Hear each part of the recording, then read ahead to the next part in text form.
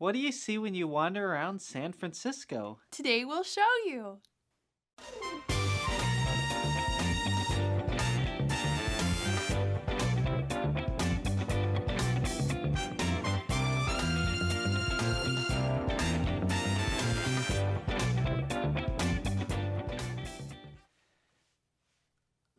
Welcome to episode 108 of Around the World with Joshua and Alyssa. So glad to have you with us today.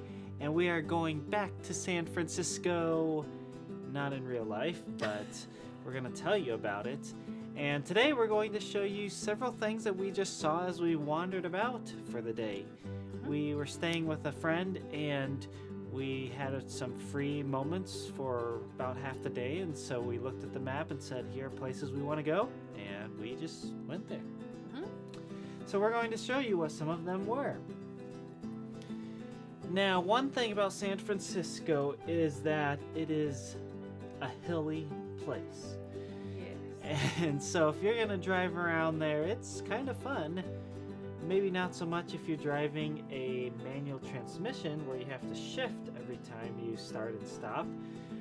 But otherwise, it's kind of fun when you're driving up to the top of a hill and you cannot see what is over the other side until you actually go. It's kind of scary too. Not fun for walking either. Or riding a bike. Oh. Even worse. But anyway, so this is very typical of what you would see downtown, especially in like the neighborhoods. Now, one of the places we really had to go, and any big city we go to, we have to visit Chinatown. First of all, because we like to look around, and sometimes because we like to try the food.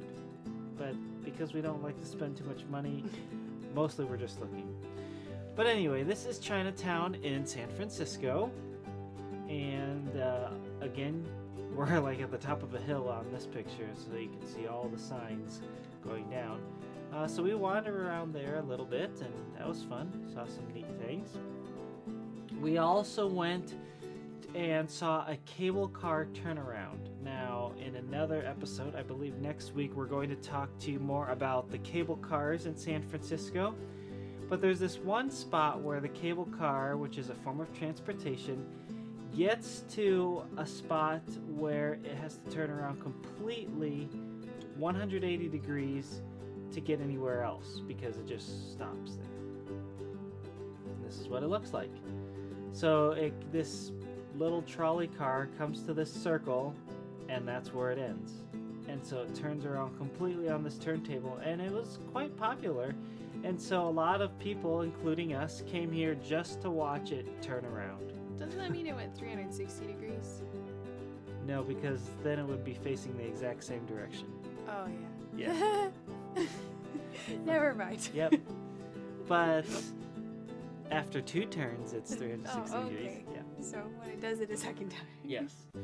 So here is the cable car turnaround at Powell and Mason Street. And here's once it got completely turned around. And I don't know why that guy is leaning on it, but okay. I think he knows what he's doing. Anyway, also, right behind where this picture is taken is where we took this picture. It's really cool. There's this sign that tells you how far it is to all these big cities in the world.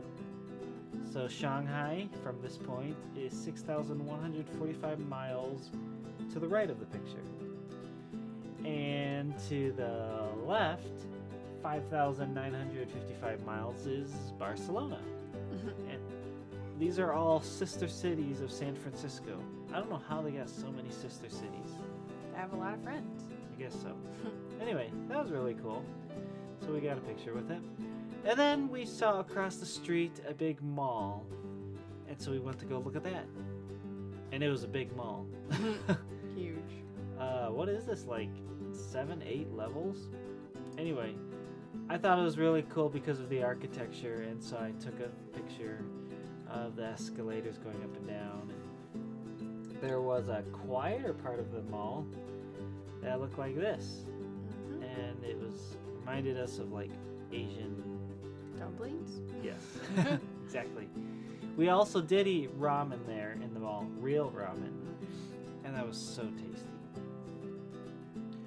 that night, we went with, well, this was after the Ghirardelli, I believe. We went and we saw City Hall in San Francisco. And your typical City Hall may not look like this, but it's a big city. And so it almost looks like a Capitol building itself. And it was all lit up in these nice colors. And here's another view of it. Now across the street is like the Civic Center Square area. And there's this army of, I don't know, weird sculptures. And apparently it's not a permanent piece of art there, because all the other pictures I find of this place, it's empty. But the tree's still lining both sides. So I don't remember what this was all about, but it was interesting.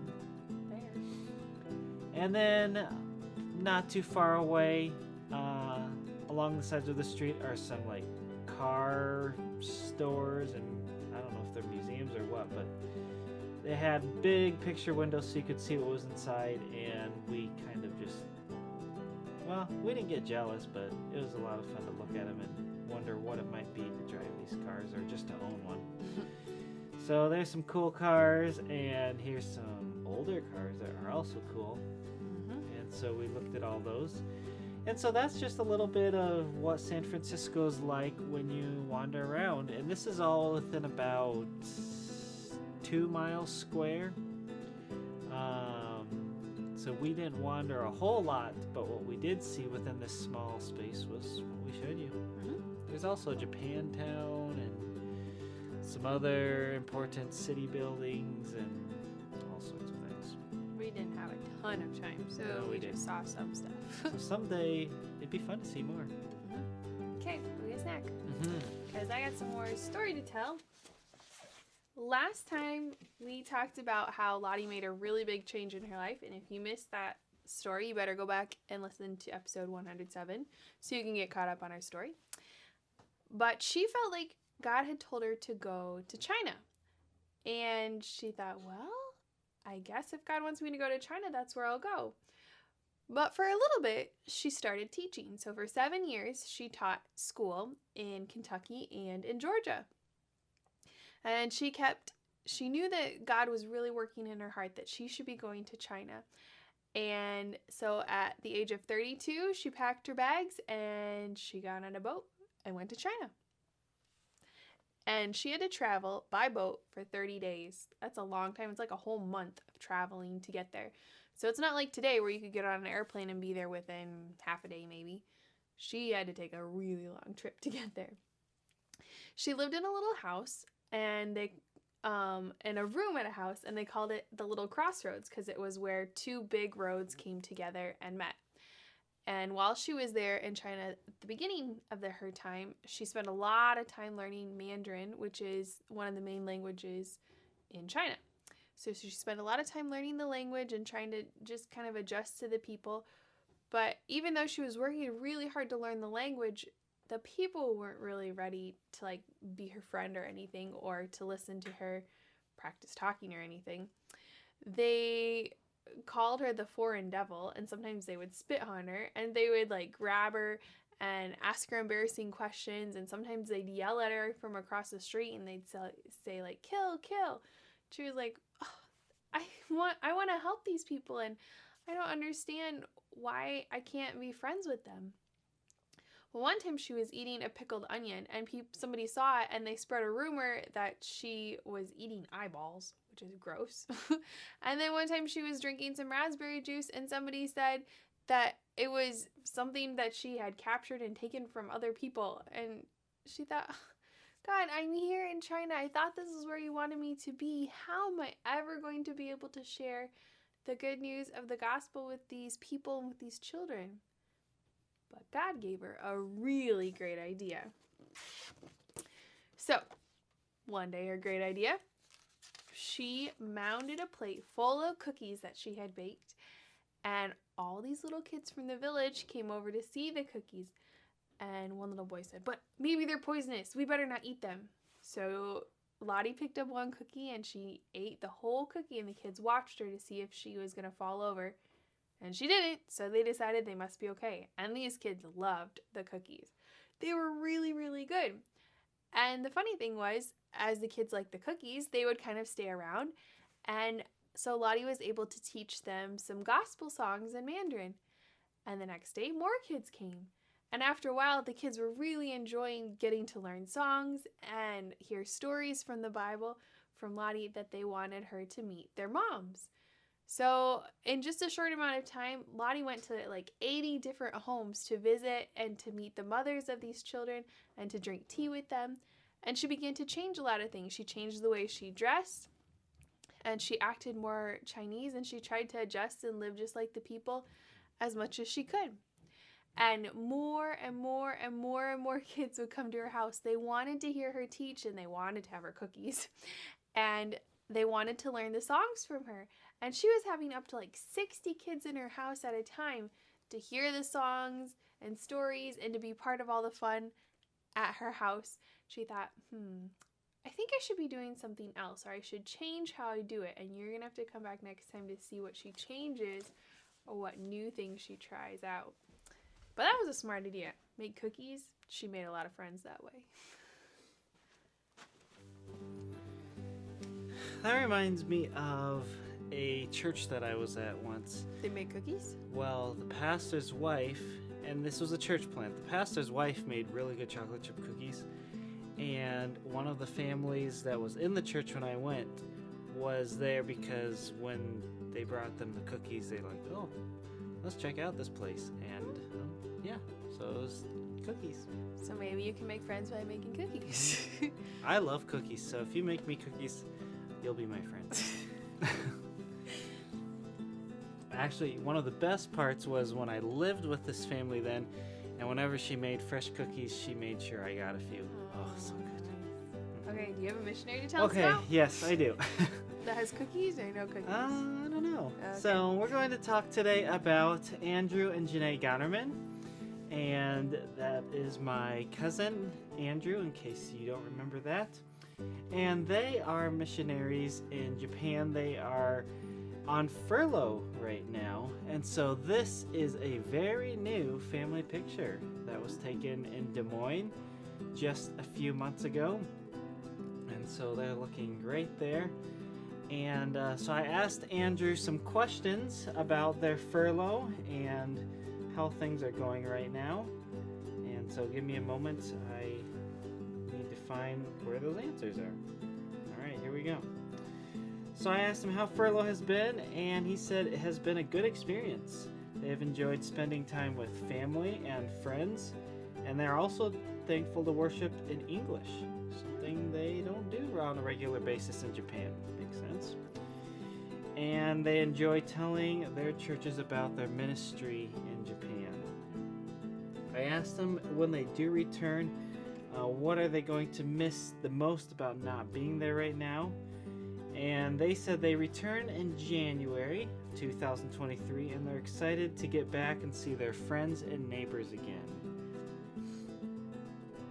I asked if there are any unique traditions or events that take place around Easter time in Japan, because just a few weeks ago we celebrated Easter. And he said most people do not know about Easter, especially the resurrection. Churches typically have special services similar to American churches, but most Japanese families are thinking about the ending of the school year in March or the beginning of the next school year in April instead. They are starting to see more Easter Bunny related things. So that's really interesting. Here's some pictures of them and their furlough. I asked how their support is divided up between churches and individuals. He said they have about 60% of their support from churches and 40% from individuals. They have the churches scheduled to visit this year, and they plan to meet with all of the individuals as well. That's impressive. Good for them. Looks like they were able to visit the Ark Encounter, so that's cool. Everybody should have the opportunity to do that, in my opinion. I asked for prayer and praises, and they said they are thankful for the safety God has given them during their travels. They are also thankful for continued contact with some friends in Japan. Their prayer requests are for more people to serve God and tell others about Jesus in Japan, in America, and across the world. They also ask for prayer with Jonah and Isla's schoolwork since it is hard to do school while traveling. That is true. They attached that new family picture, traveling to church in the van that we showed you earlier. And then here's another stop along the way. I'm not sure exactly where this one is, but it looks really pretty. They enjoy stopping to play at parks or to see God's creation and nature and to enjoy that. So that is Andrew and Janae Gonerman and their 3 kids who are growing up quickly, apparently. And they are on furlough. They came here, they were here at the beginning of the year already, and now through January of next year. And so they're reporting to all their churches and individuals and, well, reporting on what God is doing before they head back. I think we got to see them at something. We did. We saw them at the Refresh Conference at Faith Baptist Bible College in early February. Yep. So they had arrived fairly recently at that time. Yeah. So it's about a year-long furlough that they're here. Make sure you come back next time to hear another part of the story and hear about somebody else around the world Mm-hmm. and some more about San Francisco. Mm-hmm. And pray for the Gonermans and their current ministry here before they go back to Japan. And go make some cookies. Oh, yeah. And send them to me. We'll share them with your friends. Yes. Bye. Bye.